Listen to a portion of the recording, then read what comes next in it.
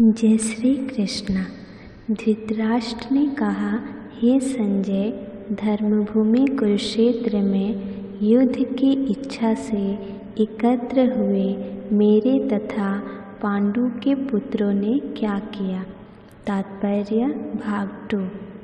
महाभारत में वर्णित धृतराष्ट्र तथा संजय की वार्ताएं इस महान दर्शन के मूल सिद्धांत का कार्य करती हैं।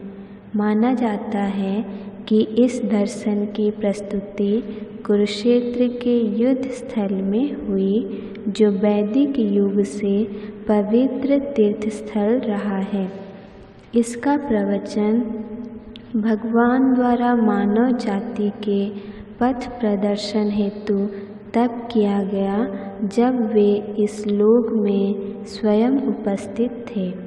धर्मक्षेत्र शब्द सार्थक है क्योंकि कुरुक्षेत्र के युद्ध स्थल में अर्जुन के पक्ष में श्री भगवान स्वयं उपस्थित थे। कौरवों का पिता धृतराष्ट्र अपने पुत्रों की विजय की संभावना के विषय में अत्यधिक संदिग्ध था। अतः इसी संदेह के कारण उसने अपने सचिव से पूछा, उन्होंने क्या किया।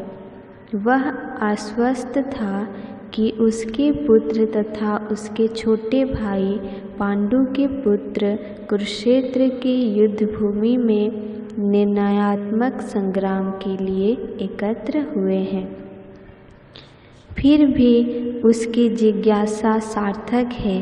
वह नहीं चाहता था कि भाइयों में कोई समझौता हो, अतः वह युद्ध भूमि में अपने पुत्रों की नियति के विषय में आश्वस्त होना चाह रहा था।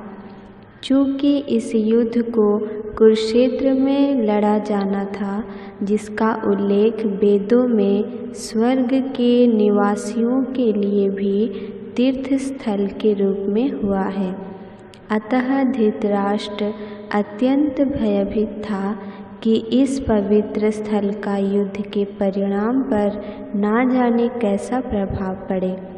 उसे भलीभांति ज्ञात था कि इसका प्रभाव अर्जुन तथा पांडु के अन्य पुत्रों पर अत्यंत अनुकूल पड़ेगा, क्योंकि स्वभाव से वे सभी पुण्यात्मा थे।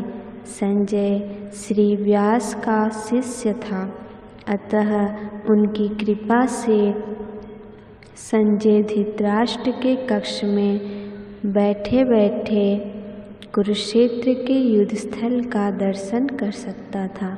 इसलिए धृतराष्ट्र ने उससे युद्ध स्थल की स्थिति के विषय में पूछा।